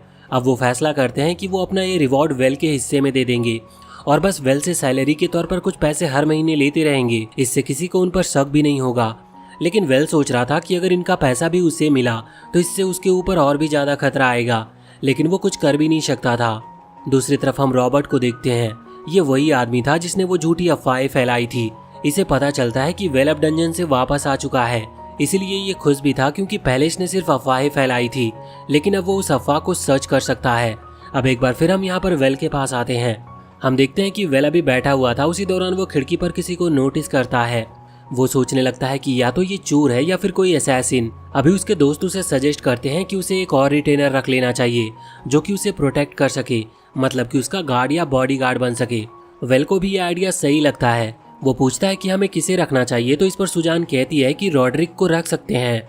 असल में रॉड्रिक वही लड़का है जो कि वेल को अपना टैलेंट दिखाकर इम्प्रेस करना चाहता था। वैसे हमें ये भी जानने को मिलता है कि रॉड्रिक ने ही सुजान को उस टूर्नामेंट के दौरान हराया था। हालांकि वेल तब सो रहा था, इस वजह से उसे इस चीज का पता नहीं चला। वेल कहता है कि क्या वो सच में हमारे ऑफर को एक्सेप्ट करेगा, क्योंकि अब उस चीज को कई साल बीत चुके थे। लेकिन जब वो रॉड्रिक से इस बारे में बात करते हैं तो रॉड्रिक रोने लगता है क्योंकि ये उसके लिए ड्रीम कम ट्रू था। वैसे अब फाइनली उसने ज्वाइन कर लिया था। अब अगले दिन हम देखते हैं कि फिर से वही लड़की जो कि अभी पहले भी वेल पर नजर रखे हुई थी, वो फिर से उनके मेंशन के बाहर दिखती है। ये देखकर रॉड्रिक परमिशन मांगता है कि क्या वो उस आदमी पर छानबीन करे जिसने वेल के बारे में कुछ झूठी अफवाहें फैलाई थी। साथ ही रॉड्रिक सलाह देता है कि वेल को भी कुछ टाइम के लिए यहाँ से चले जाना चाहिए। लेकिन वेल के पास अभी दूसरा भी कुछ काम था। वो तुरंत ही वहाँ गिल्ड में आता है जहाँ वो उनसे उस मैजिक सर्कल के बारे में पूछता है जिससे वो लोग टेलीपोर्ट हुए थे और उन्होंने ये टेलीपोर्टेशन मैजिक सर्कल इन्हें बेच दिया था। यहाँ पर वो लोग बताते हैं कि उनके पास वो अभी भी है, लेकिन वो इस पर पूरी तरह से भरोसा नहीं कर सकते कि ये किस तरह से काम करता है। हालांकि वेल वहाँ पर जाता और कहता है कि एक बार वो ट्राई करना चाहता है। अब वेल उस सर्कल के पास खड़ा होता है और उस चीज़ के बारे में सोचने लगता है जो कि उसे चाहिए, जिसके बाद वो सर्कल एक्टिवेट होता है और उसके सामने वहीं पर काम करने वाली एक रिसर्चर के इनर क्लोथ आ जाते हैं। अभी बाकी सभी हैरान थे कि वेल इसके बारे में सोच रहा था। इससे वो रिसर्चर भी बहुत गुस्सा होती है। हालांकि वेल बताता है कि वो ऐसा नहीं सोच रहा था, इसमें गलती एरविन की है क्योंकि उसने जानबूझकर ऐसा किया। वैसे अब जब वेल फिर से कोशिश करने वाला था तो यहाँ पर एलिस, सुजान और लुइस तीनों ने ही अपने अपने कपड़े पकड़ लिए थे। हम देखते हैं कि वेल अब किसी चीज के बारे में सोचता है। वो चीज बहुत बड़ी थी, वो सामने आती है लेकिन हमें नहीं बताया जाता कि वो क्या थी। वेल उसे एक गाड़ी में रखकर वहां से ले जा रहा था और उसने उस चीज को बांध रखा था। अब यहाँ से सीन चेंज होता है और हम देखते हैं कि वेल अभी सभी लोगों को पार्टी दे रहा होता है क्योंकि वो इस टाउन से जाने वाला है और जिसने भी उसकी यहाँ पर मदद की वो उनको याद रखने के लिए इस पार्टी में इनवाइट किया था। अभी पार्टी के दौरान हम देखते हैं कि वो लड़की जो अभी कुछ दिनों से वेल के ऊपर नजर रखे हुए थी, वो आज भी वेल की तरफ ही देख रही थी क्योंकि यहाँ पर वो बहुत अच्छा खाना खा रहे हैं, इसीलिए उसे भी यहाँ पर आना था। हमें जानने को मिलता है कि वो वेल पर तभी नजर रखती है जब वेल कुछ खा रहा होता है। वैसे उसी समय वहाँ पर रॉड्रिक वेल के पास आता है और बताता है कि वेल की झूठी अफवाह रॉबर्ट ने फैलाई थी। रॉबर्ट असल में प्राइम मिनिस्टर का भाई है और वो वेल की ऐसी अफवाह इसीलिए फैला रहा था क्योंकि वेल प्राइम मिनिस्टर के करीब है और वो चाहता है कि प्राइम मिनिस्टर के जो करीब है वो उसे खत्म कर दे, जिससे कि नेक्स्ट प्राइम मिनिस्टर वो बन पाए। वैसे अब वेल को एक शॉकिंग बात पता चलती है। रॉबर्ट असल में रॉड्रिक का फादर है, लेकिन बर्थ के बाद उसने रॉड्रिक को पहचानने से मना कर दिया था, इसीलिए रॉड्रिक खुद भी बदला लेना चाहता है। वैसे अब तभी वहाँ पर एलिस कुछ खाने के लिए लेकर आती है, जो देखकर मेंशन के बाहर उस लड़की से रहा नहीं जाता और वो गेट नॉक करने लगती है। ये लोग तैयार थे उसे रोकने के लिए, लेकिन जैसे ही वो गेट के अंदर आती है तो ये लोग डर जाते हैं। वो अभी भागते हुए वेल की तरफ बढ़ रही थी। वेल बहुत घबरा गया था और उसने मान लिया था कि अब वो मारा जाने वाला है, लेकिन असल में वो लड़की यहाँ पर सिर्फ खाने के लिए आई थी। उसी समय जनरल वहाँ पर आते और वेल से माफ़ी मांगने लगते हैं उनकी बेटी के ऐसे बिहेवियर के लिए। वो बताते हैं कि इसका नाम विलेमो है और वो वेल का पीछा इतने दिनों से इसीलिए कर रही थी क्योंकि वो देखना चाहती थी कि वेल इसे पेट भरकर खाना खिला सकता है कि नहीं। अभी इस चीज पर वेल को कुछ भी समझ नहीं आया था, पर जनरल उससे रिक्वेस्ट करता है कि विलेमो वेल के साथ रहना चाहती है क्योंकि उसके पास एक स्पेशल पावर है जिसके लिए उसे बहुत ही ज्यादा खाने की जरूरत पड़ती है, लेकिन इस खाने को वो अपने स्ट्रेंथ के रूप में यूज कर सकती है और अगर वेल चाहे तो वो उसे अपना बॉडीगार्ड बना सकता है और साथ ही साथ अगर वो चाहे तो उसे अपनी वाइफ भी बना सकता है। जनरल को इस चीज में कोई प्रॉब्लम नहीं है। वेल बताता है कि उसकी शादी पहले ही एलिस के साथ हो चुकी है, इसीलिए वो उसे अपनी वाइफ तो नहीं बना सकता। और जहाँ तक बॉडीगार्ड की बात है तो वो अपनी लाइफ एक नॉर्मल एडवेंचरर की तरह जीना चाहता है, इसीलिए वो उसे अपना बॉडीगार्ड बनाकर भी क्या करेगा। इस पर जनरल कहने लगते हैं कि ऐसा नहीं होने वाला क्योंकि ड्यूक उसे जल्दी मॉन्स्टर हंट पर भेजने वाले हैं जो कि बहुत खतरनाक काम है और ऐसे में उन्हें विलेमो की जरूरत पड़ेगी। वैसे तभी वहाँ पर ड्यूक आता और कहता है कि मेरे पास तुम्हारे लिए एक मिशन है, ये मिशन बहुत खतरनाक है लेकिन तुम्हारे अलावा इसे और कोई क्लियर नहीं कर सकता। अब कमाल की बात ये थी कि वेल को इस मिशन को पूरा करने के लिए सबसे पहले अपनी फैमिली से जाकर मिलने की जरूरत है क्योंकि पहले उन्हें उनकी परमिशन लेनी पड़ेगी। अब वो मिशन क्या है ये वेल को वहाँ पर पहुँचने के बाद ही पता चलेगा, लेकिन उसके पहुँचने से पहले एक दूसरा मैसेंजर वहाँ पर आता है जिसे रॉबर्ट ने भेजा था। वो वेल के बड़े भाई कर्ट को ये बताता है कि वेल मारा जा चुका है, इसीलिए उसके पास जितने भी पैसे वगैरह थे वो सब कर्ट क्लेम कर सकता है अपने होने वाले बच्चों के लिए। इस पर कर्ट बहुत ही ज्यादा खुश हो गया था, लेकिन तभी उसे आवाज सुनाई देती है और जब वो बाहर देखता है तो वहाँ पर वेल और उसके सभी दोस्त थे। अभी ब्रेन भी उनके साथ आया था। वो लोग यहाँ पर आकर बैठते हैं और कर्ट को सारी बातें बताते हैं जिस दौरान उस जगह पर जितने भी लोगों ने उस वॉर में हिस्सा लिया था, मतलब वो जितने भी सोल्जर्स थे वो मारे तो गए लेकिन उनकी सोल को शांति नहीं मिली। वो अभी भी जॉम्बी की तरह भटक रहे हैं और उनकी सोल को कभी भी शांति नहीं मिलेगी और उन्होंने अभी तक इन्हें इसीलिए परेशान नहीं किया क्योंकि वो एक रेडियस के अंदर कैद है और वो उससे बाहर नहीं निकल सकते, लेकिन उन लोगों को भी शांति मिलनी चाहिए, इसीलिए ड्यूक ने वेल को यहाँ पर भेजा था। ये जो एरिया है जहाँ का लॉर्ड अभी वेल के फादर थे वो उस जगह के अंदर आते हैं तो अब इन्हें कर्ट की परमिशन चाहिए थी। अब परमिशन के लिए जाहिर सी बात है कि इन्हें कुछ देना होगा, तो वेल को जो भी रिवॉर्ड मिल रहा है उसमें से वो 30% कर्ट को देने का वादा करता है, लेकिन इस चीज में सिर्फ एक ही दिन लगेगा और इससे किसी को भी कोई तकलीफ नहीं होने वाली।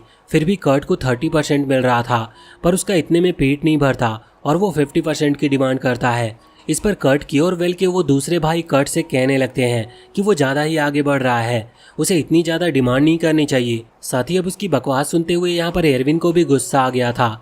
वो अभी गुस्से में चिल्ला पड़ता है और साथ ही अभी कर्ट वेल से इतनी बुरी तरह से बात कर रहा था जिससे एरविन हमला करने के लिए भी तैयार था, लेकिन वेल ने उसे रोक रखा था। वैसे अब तभी वहाँ पर हरमाइनी आती है। वो बताती है कि उसके ग्रैंडफादर भी उन्हीं जॉम्बीज में से एक है क्योंकि उनकी भी डेथ तभी हुई थी और उन्हें भी अभी तक शांति नहीं मिली है। वो चाहती है कि वेल उन्हें शांति दिलवाए और साथ ही उनकी जो कुछ भी चीजें होंगी वो वेल अपने साथ ही लेकर आए। वेल इस पर हाँ करता है। अब अगले सीन में वो लोग वहाँ पर पहुँच चुके थे। वहाँ पर एलिस और वेल दोनों ही अपने होली मैजिक का इस्तेमाल करते हैं जिससे वो जॉम्बीज की सोल को प्यूरिफाई कर सकते थे। इस दौरान कई सारे जॉम्बी उन पर हमला करने के लिए आ रहे थे और अपने आप ही प्योर होते जा रहे थे, लेकिन उसी समय वहाँ पर कुछ मॉन्स्टर भी आते हैं जिनमें से कुछ तो जॉम्बी मॉन्स्टर थे। उन्हें खत्म करना जरूरी था क्योंकि वो शांत नहीं हो सकते। पहले उन्हें खत्म किया जाता है और फिर उसके बाद उनकी सोल को शांति दिलाई जाती है। धीरे धीरे करके सारे जॉम्बी जा चुके थे। उसी समय वहाँ पर पुराने ड्यूक की बॉडी आती है जो कि अब जॉम्बी बन चुके हैं, लेकिन फिर उन्हें भी प्यूरिफाई कर दिया जाता है। अब सभी को शांति मिल चुकी थी, लेकिन अभी तक वेल को हरमाइनी के ग्रैंडफादर नहीं मिले थे। वो उदास होकर वहाँ से लौटने वाले थे, लेकिन रास्ते में उन्हें एक ओल्ड मैन मिलते हैं। वो ओल्ड मैन वेल को देखते ही अपनी तलवार अलग फेंक देते हैं और कहते हैं कि क्या मेरी बेटी ठीक है। ये असल में हरमाइनी के ग्रैंडफादर ही थे और ये भी एक जॉम्बी ही बन चुके हैं, लेकिन इन्होंने सोचने की काबिलियत इवॉल्व कर ली है। अब वेल इनसे कहता है कि हाँ वो पूरी तरह से ठीक है, जिसके बाद ये खुद ही प्यूरिफाई होने के लिए तैयार हो जाते हैं। वेल इन्हें प्यूरिफाई करता है। इसके बाद वो इनकी और बाकी सभी की चीजें जैसे कि उनकी आर्मर और वेपन वगैरह अपने साथ ही ले आता है। जब वो टाउन में पहुंचता है तो सभी लोग उन चीजों को देखकर बहुत खुश थे और साथ ही वो रो रहे थे क्योंकि वो जॉम्बी इन सभी के पुराने रिश्तेदार थे। अभी उसी दौरान वहाँ पर कर्ट आता और कहने लगता है कि अभी तुम सब रो लो, लेकिन बाद में ये सारी चीजें मेरे हवाले कर देना क्योंकि मैं इन्हें बेचकर जो पैसे आएंगे उसे टाउन के डेवलपमेंट में लगाऊंगा। अब इस चीज से वेल को बहुत गुस्सा आता है। वो कहता है कि तुम अपनी हद पार कर रहे हो, तुम्हें इनसे ये चीजें लेने की जरूरत नहीं है, तुम्हें वैसे भी इतना ज्यादा हिस्सा मिल रहा है। लेकिन इस पर कर्ट कहता है कि तुम इस चीज में बीच में मत बोलो। लेकिन अब वेल तुरंत ही अपनी थैली के अंदर से एक बड़ा सा आयरन स्टोन निकाल कर देता है और कहता है कि इससे तुम्हें जितना आयरन चाहिए उतना आयरन तुम निकाल लो, ये आर्मर से ज्यादा आयरन तुम्हें दे देगा। वैसे कर्ट का पेट इतने में भी नहीं भरा था, बाद में उसका साथी उससे पूछ रहा था कि हमें क्या करना चाहिए, जिस पर कर्ट कहता है कि पहले वेल को यहाँ से जाने दो, उसी के बाद हम कुछ डिसीजन लेंगे। वैसे अब वेल ने मन बना लिया था कि उसे यहाँ से निकलना होगा, लेकिन उसे बताया जाता है कि वो तब तक यहाँ से नहीं निकल सकता जब तक कि लोगों की चीजें उनकी फैमिलीज को मिल नहीं जाती। अब वेल को ना चाहते हुए भी ऑर्डर फॉलो करना पड़ता है। हम देखते हैं कि अभी जब वो वापस लौट कर आता है तो विलेज के जो चीफ है वो वेल को देखकर थोड़े से हैरान थे, लेकिन अंदर ही अंदर वो खुश भी लग रहे थे। अब अगले सीन में हम उन सभी जॉम्बीज का फ्यूनरल देखते हैं। वहाँ पर वेल नहीं था, लेकिन एलिस आई हुई थी। वो प्रे कर रही थी और बाकी सभी गाँव वाले भी वहाँ पर थे। अगले सीन में हम देखते हैं कि रात में एक पार्टी रखी जाती है। पार्टी में सब कोई आए हुए थे और यहाँ पर कर्ट की वाइफ फैमिली और उसके 2 बेटे भी वहाँ पर आए थे। अभी वेल उनसे मिलता है। यहाँ पर वो दोनों लड़के भी अपने चाचा से मिलकर बहुत ही ज्यादा खुश थे, क्योंकि उन्होंने वेल की बहुत ही ज्यादा तारीफ सुन रखी थी। अब इस पार्टी के खत्म होने के बाद विलेज के जो चीफ है वो वेल से अकेले में मिलते हैं और उससे कहते हैं कि क्या वो इस विलेज का लॉर्ड बन सकता है। वो कहता है कि ये सिर्फ मेरे बड़े भाई का हक है और मैं लॉर्ड नहीं बनना चाहता, वैसे मुझे एडवेंचरर बनना है। इस पर वो विलेज चीफ कहने लगता है कि तुम रोड्रिक से बात कर सकते हो, वो भी तुम्हारी मदद करेगा, वो तुम्हारे हर एक ऑर्डर को फॉलो करता है। वैसे भी अगर ये विलेज कर्ट के हाथों में रहा तो ये कभी भी डेवलप नहीं हो पाएगा। अब उसी दौरान वहाँ पर ब्रेन आ जाता है। वो कहता है कि बहुत बढ़िया, तुम्हें प्लान पता नहीं था, लेकिन फिर भी तुम बिल्कुल प्लान के हिसाब से काम कर रहे हो। वो ऐसा अभी विलेज के चीफ से कह रहा था, क्योंकि असल में किंग ने ही ड्यूक से कहकर वेल को जॉम्बी वाले मिशन के लिए यहाँ पर भेजा था, क्योंकि जॉम्बी मिशन एक बहाना था, जबकि वो सिर्फ वेल को इसीलिए यहाँ पर भेजना चाहते थे क्योंकि इस अंडर डेवलप्ड लैंड को डेवलप करना जरूरी है। बाद में वेल ब्रेन के साथ अकेले कुछ बात करता है। इसी दौरान वेल उससे कह रहा था कि मुझे ज्यादा कुछ समझ नहीं आया। इस पर ब्रेन डिटेल में बताता है कि वो लोग वेल को पहले से ही यहाँ पर भेजना चाहते थे। जॉम्बी मिशन ड्यूक का फैसला था, लेकिन जब ड्यूक ने ये चीजें किंग को बताई तो इसमें किंग को एक अपॉर्चुनिटी मिली। असल में किंग बहुत पहले से इस जगह को थोड़ा डेवलप करना चाहते हैं, लेकिन ये जगह यहाँ के लॉर्ड के अंडर आती है और उनकी परमिशन के बिना ऐसा नहीं किया जा सकता। अब किंग तो भले ही यहाँ के लॉर्ड को चेंज करना चाहते हो, लेकिन वो ऐसा वेल के फादर से कह नहीं सकते कि उन्हें अपना सक्सेसर बदलना होगा, क्योंकि वो कभी भी इस चीज पर हाँ नहीं करेंगे, क्योंकि इससे नोबेल की बेइज्जती होगी। इसीलिए उन्होंने कुछ ऐसा प्लान बनाया है जिससे कि कर्ट कुछ ऐसा करे जिससे उसे अरेस्ट किया जा सके। वेल कहने लगता है कि इसमें तो बहुत ज्यादा खतरा है। इस पर ब्रेन कहता है कि हाँ वैसे तो इसमें खतरा है, लेकिन ये चीज इतनी ज्यादा मुश्किल नहीं रहेगी, क्योंकि ब्रेन जब से यहाँ पर आया है तब से वो हर चीज को नोटिस कर रहा है। उसे पता है कि यहाँ के लोग कर्ट को अपना लॉर्ड नहीं बनाना चाहते। अभी वेल कहता है कि उसे ऐसा नहीं लगता कि वो एक लॉर्ड की पोजीशन संभाल पाएगा, जिस पर ब्रेन कहता है कि नहीं, तुम ऐसा कर सकते हो, तुम्हें पैसे का सही यूज करना आता है। वैसे अब ये पूरी बात वेल अगले दिन अपने दोस्तों को भी बताता है। वह कहते हैं कि ये तो बहुत अच्छी बात है, तुम्हें इस ऑफर को एक्सेप्ट कर लेना चाहिए, क्योंकि इसमें ही सभी की भलाई है। अब बाद में हम देखते हैं कि वेल अभी अपने भतीजे के साथ खेल रहा था, जिस दौरान वो सोचता है कि अगर सच में उसने कर्ट की पोजीशन ले ली तो इस चीज से इन लोगों का नोबेल स्टेटस छीन लिया जाएगा। वो थोड़ा सा दुखी था। हालांकि अब रात को हम देखते हैं कि अभी गांव के कुछ लोग शोर कर रहे थे। वेल जब वहां बाहर आता है तो उसे जानने को मिलता है कि उन लोगों से किसी ने कहा था कि वेल अगले दिन विलेज छोड़कर जाने वाला है, इसीलिए वो यहाँ पर वेल को मनाने आए हैं और वो भी यही चाहते हैं कि कर्ट को हटाकर वेल ही उनका नया लॉर्ड बने। वैसे ब्रेन यहाँ पर समझ जाता है कि ये सब विलेज का चीफ कर रहा है। बाद में ब्रेन उससे जाकर मिलता है। हालांकि चीफ का जो इरादा है वो सही है, वो वेल को लॉर्ड बनाना चाहता है, लेकिन ब्रेन उससे कहता है हम जिस प्लान पर काम कर रहे हैं अगर तुम ऐसे ही करते रहे तो इससे प्लान खराब हो जाएगा। लेकिन इस पर चीफ कहता है कि नहीं, विलेज के लिए जो अच्छा होगा वो वही करेगा और वो किसी से डरता नहीं है। अब अगले दिन वेल यही सोच रहा था कि आखिर वो ऐसा क्या करे जिससे कर्ट के साथ बुरा ना हो, क्योंकि अगर वेल लॉर्ड बना तो उससे नोबेल पोजीशन छीन ली जाएगी। इस पर ब्रेन कहता है कि तुम्हें इस चीज की चिंता करने की जरूरत नहीं, क्योंकि उनके प्लान के मुताबिक जब कर्ट को निकाला जाएगा तो कर्ट जिंदा नहीं बचने वाला। ये सुनकर वेल हैरान था। वो अपने भाई को मरने नहीं दे सकता था, इसीलिए वो सोचता है कि उसे खुद से कोई प्लान बनाना होगा। बाद में वो कर्ट से जाकर मिलता है और वो उससे कहता है कि अगर वो अपनी इस जगह को उन्हें दे दे तो वेल उसके बदले उसे और ज्यादा बड़ी जगह देने का प्रॉमिस करता है। कर्ट वहां पर आराम से लॉर्ड बनकर रह सकता था, लेकिन कर्ट को उस पर गुस्सा आता और वो वेल को वहां से भगा देता है। वेल बाहर आकर एमिली से मिलता है। एमिली कहती है कि उसे कर्ट की बिल्कुल परवाह नहीं है, क्योंकि वो एक अच्छा फादर नहीं है, उसे सही डिसीजन लेना नहीं आता। वेल इस पर अग्री करता है। वैसे एमिली बताती है कि उसे सिर्फ अपने दोनों बेटों की चिंता है, इसीलिए वो चाहती है कि वेल सही डिसीजन ले, जिससे कि उनका फ्यूचर भी सेफ रहे। अब वेल अपने दोस्तों को एक प्लान बताता है और कहता है कि उसे उनकी मदद की जरूरत है। उसके दोस्तों ने इस पर हाँ कर दिया था और अगले सीन में हम देखते हैं कि ये लोग वहाँ पर अपनी दुकान लगाते हैं और गांव के लोगों को वो चीजें बेचने लगते हैं जो उन्होंने कभी देखी भी नहीं है। हालांकि इस चीज से बाकी जो बिजनेसमैन थे उनका बिजनेस खराब हो रहा था। वो कर्ट के पास जाते हैं और वो असल में कर्ट के सपोर्टर है, लेकिन कर्ट कुछ नहीं कर सकता था, इसीलिए वो गुस्सा करके उन्हें भी भगा देता है।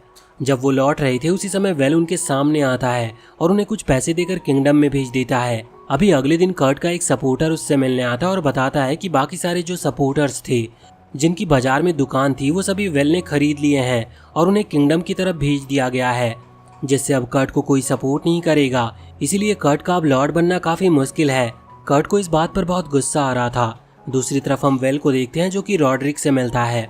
वो उसे बताता है कि वो चाहता है कि कर्ट जब यहाँ से अपनी नोबेल की पोजीशन खो देगा तो उसके बाद उसे चर्च भेज दिया जाए, जिससे कि वो यहाँ इस विलेज से दूर रहे। और एमिली और अपने दोनों भतीजों के लिए वो अपना एक नया घर खरीदना चाहता है जहाँ वो शांति से रह सके। रॉड्रिक को ये प्लान अच्छा लगता है, लेकिन ऐसा होना थोड़ा सा मुश्किल था क्योंकि वहाँ दूसरी तरफ रॉबर्ट कर्ट से आकर मिलता है और वो कर्ट को एक चीज देता है जिससे वो ड्रैगन फ्लूट कहकर बुला रहा था। हालांकि ये बहुत रेयर ट्रेजर है, इसीलिए कर्ट को ये यकीन नहीं हो रहा था कि आखिर वो उसे ऐसी चीजें क्यों देगा।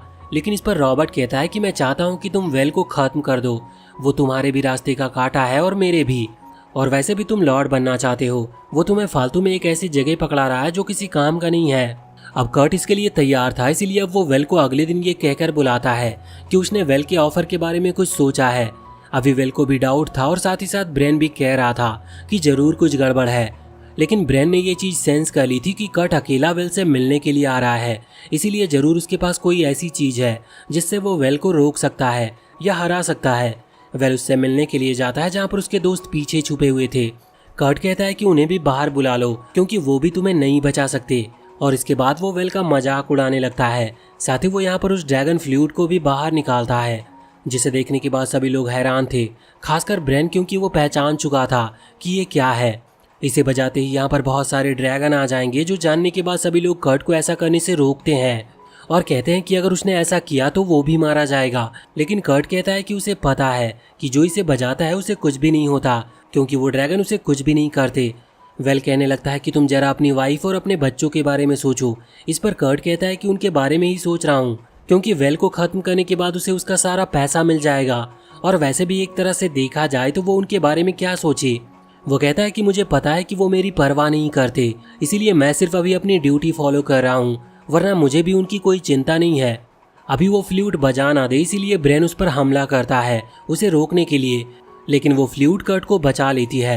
हालांकि इसके बाद अब कर्ट ने सच में उस फ्लूट को बजा दिया था, लेकिन वहाँ पर कोई भी ड्रैगन नहीं आता, बल्कि जमीन के अंदर से कुछ घोष निकलने लगते हैं, जिससे ब्रेन समझ जाता है कि ये ड्रैगन फ्लूट नहीं है, ये एक दूसरा लेजेंडरी ट्रेजर है। लेकिन ब्रेन को समझ नहीं आ रहा था कि इस तरह का ट्रेजर कर्ट को किसने दिया होगा। वो उससे कहता है कि ये जिसने भी तुम्हें दिया है उसने तुम्हें बेवकूफ बना दिया, क्योंकि ये सुसाइड अटैक की तरह है। अभी वो घोस्ट स्पिरिट कर्ट की बॉडी को कंट्रोल करने लगते हैं और धीरे धीरे वो एक मॉन्स्टर में बदल जाता है। वेल समझ गया था कि उसका भाई को अब बचाया नहीं जा सकता, लेकिन वो इस चीज से इतना ज्यादा शौक में था कि वो कर्ट के अटैक को रोकता भी नहीं। कर्ट उस पर हमला कर रहा था, लेकिन उसी दौरान एलिस अपने होली मैजिक से उस अटैक को रोकने की कोशिश करती है, पर उसका होली मैजिक काफी नहीं था। वेल रियलिटी में आता और समझ जाता है कि अब उसके भाई को बचाने का कोई रास्ता नहीं है, इसीलिए उसे अपने भाई की सोल को प्यूरिफाई करना होगा। वो तुरंत ही अपनी पूरी होली मैजिक पावर का इस्तेमाल करता है, जिससे उन्होंने उस मॉन्स्टर को प्यूरिफाई कर दिया था। लेकिन कर्ट की सोल का एक टुकड़ा बच गया था जो कि प्यूरिफाई होना नहीं चाहता था। वो कर्ट की प्योर सोल थी। वो तुरंत ही वहाँ से निकलते हुए सीधा टाउन की तरफ जा रही थी, क्योंकि कर्ट को पता है उसे वो ट्रेजर किसने दिया, और वो जानता था कि जिसने भी उसे दिया है वो उसे फंसा रहा था। इसीलिए इस तरफ हम देखते हैं कि रॉबर्ट, जो कि अभी पार्टी कर रहा है, ये सोचते हुए कि अब वेल मारा जा चुका होगा, वो हैरान हो जाता है जब खिड़की तोड़ते हुए कर्ट की सोल वहाँ पर आती है। अब अगले दिन जब वेल अपने दोस्तों के साथ वहाँ टाउन लौटता है तो वहाँ पर रॉड्रिक इस इंसिडेंट के बारे में बताता है कि कर्ट की सोल ने यहाँ पर आकर रॉबर्ट को खत्म कर दिया। साथ ही साथ उस पार्टी में जितने भी लोग थे वो सारे भी मारे जा चुके हैं। वेल को पता चलता है कि वहाँ टोटल 12 नोबेल्स थे, जो सुनने के बाद वेल हैरान था। वैसे रॉड्रिक कहता है कि अब वो बहुत प्रॉब्लम में फंस चुके हैं, क्योंकि अब एमिली को यहाँ पर शांति से नहीं रहने दिया जाएगा, क्योंकि अब वो एक क्रिमिनल की वाइफ बन चुकी है। यहाँ के लोग कभी भी कर्ट के बच्चों को वो रिस्पेक्ट नहीं देंगे जो कि वो एक नोबेल को देते हैं। वेल सोच रहा था कि ये तो बहुत गलत हुआ और उसे कुछ समझ नहीं आ रहा था कि वो अब क्या करे। बाद में वो आर्मस्ट्रॉन्ग और ब्रेन से मिलता है, जहाँ पर वो उनसे कह रहा था कि नोबेल सच में बहुत बेकार होते हैं। वो नोबेल्स की यहाँ पर बहुत रिस्पेक्ट करता है और उनकी हर एक कमियों के बारे में बताता है कि वो क्राइम करते और वो भी दूसरे लोगों के पीछे छिपकर। इसी दौरान ब्रेन कहता है कि तुम ये मत भूलो कि तुम भी एक नोबेल फैमिली से बिलोंग करते हो। अभी वेल को ये बात बहुत बुरी तरह से चुभ गई थी। उसे ब्रेन की बात का बुरा नहीं लगा था, उसे तो इस बात का बुरा लगा था कि वो भी एक नोबेल है और कुछ दिन तक वो इस बात को भूल नहीं पाता। लेकिन एक दिन एलिस उसका ये बिहेवियर नोटिस करते हुए उससे पूछ लेती है और जब वेल उसे सारी बातें बताता है तो एलिस कहती है कि नहीं, तुम बाकी नोबेल्स की तरह नहीं हो। नोबेल बनना बुरा नहीं है, लेकिन उस तरह का बिहेवियर होना गलत है। तो वेल भी फैसला करता है कि हाँ, उसने सही कहा। इसीलिए अब वो ऐसा नोबेल बनेगा जो हर किसी की कदर करता हो और सभी के बारे में अच्छा सोचता हो। अगले ही दिन वो जाकर किंग से मिलता है। किंग उससे रिक्वेस्ट करते हैं कि वो उस पूरे अंडर डेवलप्ड लैंड को फिर से डेवलप लैंड बनाए, जैसा वो बहुत पहले हुआ करता था। वेल इसके लिए तैयार था। किंग कहते हैं कि देखो, तुम इतना बड़ा काम कर रहे हो, अगर तुम्हें और किसी चीज की जरूरत हो तो तुम मांग सकते हो। वेल कहता है कि हाँ, उस हादसे में टोटल 12 नोबेल्स मारे गए थे, इसीलिए उन सभी की पोजीशन अभी खाली है और सिर्फ किंग के पास ही ये परमिशन होती है कि वो पोजीशन किसे देनी है। इसीलिए वेल चाहता है कि वो पोजीशन वो उसके नाम कर दे। अभी ये बहुत बड़ा फैसला था। ये सुनते हुए प्राइम मिनिस्टर और जनरल दोनों ही वेल को रोक देते हैं और कहते हैं कि तुम ये कैसी बातें कर रहे हो, तुम इस काबिल नहीं कि तुम किसी नोबेल को चुन सको।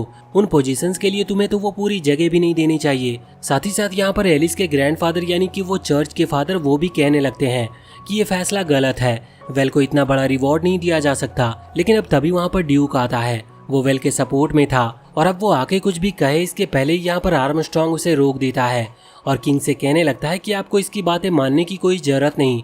मैं तो कहता हूँ कि इसे पूरी जगह भी दे देनी चाहिए, इसे पहले आधी जगह दीजिए। अगर ये उसे डेवलप करने में कामयाब हो गया तो ही हम इसे बाकी की जगह देंगे। अब किंग कहने लगते हैं कि नहीं, तुम लोग शांत हो जाओ। वेल ने पहली बार हमसे कुछ मांगा है और मुझे वेल पर पूरा भरोसा है, इसीलिए मैं उसे ये चीज देने को तैयार हूँ। वेल ये सुनकर बहुत खुश था। वैसे तभी आर्मस्ट्रॉन्ग उसकी तरफ आंख मारता है क्योंकि ये सब उसी का प्लान था और सिर्फ आर्मस्ट्रॉन्ग का ही नहीं बल्कि वहाँ पर सभी लोग इस चीज में वेल की मदद कर रहे थे और इस चीज का वेल को भी पता नहीं था। हालांकि किंग इस चीज को समझ चुके थे लेकिन वो कुछ कहते नहीं। बाद में हम देखते हैं कि वेल एमिली से मिलने के लिए आता है। वो उससे कहता है कि जब उसके दोनों बेटे बड़े हो जाएंगे तब वेल उन्हें नोबेल का स्टेटस दिलवा देगा क्योंकि उसे भी इस चीज की परमिशन मिल चुकी है। एमिली इससे बहुत ज्यादा खुश थी। बाद में वेल उस जगह को डेवलप करने में लग जाता है जिसमें बहुत मेहनत लगेगी क्योंकि ये बहुत बड़ा एरिया था। लेकिन वेल हार मानने वाला नहीं था, बाकी सभी भी उसका साथ दे रहे थे। वैसे वेल थक चुका था, इसीलिए वो सभी के साथ खाना खाने बैठता है और वो अपने सामने उस डिश को देखता है। ये वही डिश था जो उसने तब खाई थी जब वो दूसरी वर्ल्ड में था और इसी को खाने के बाद वो यहाँ पर टेलीपोर्ट होकर इस वर्ल्ड में आया था। वो सोच रहा था कि सच में ये वर्ल्ड पिछली वर्ल्ड से ज्यादा अच्छी है। और इसी के साथ ये पार्ट और ये सीजन यहीं पर खत्म होता है। तो वीडियो अगर पसंद आई हो तो चैनल को सब्सक्राइब करके बेल आइकन जरूर दबा लें और कमेंट सेक्शन में हमें जरूर बताएं कि आपको ये वीडियो कैसी लगी।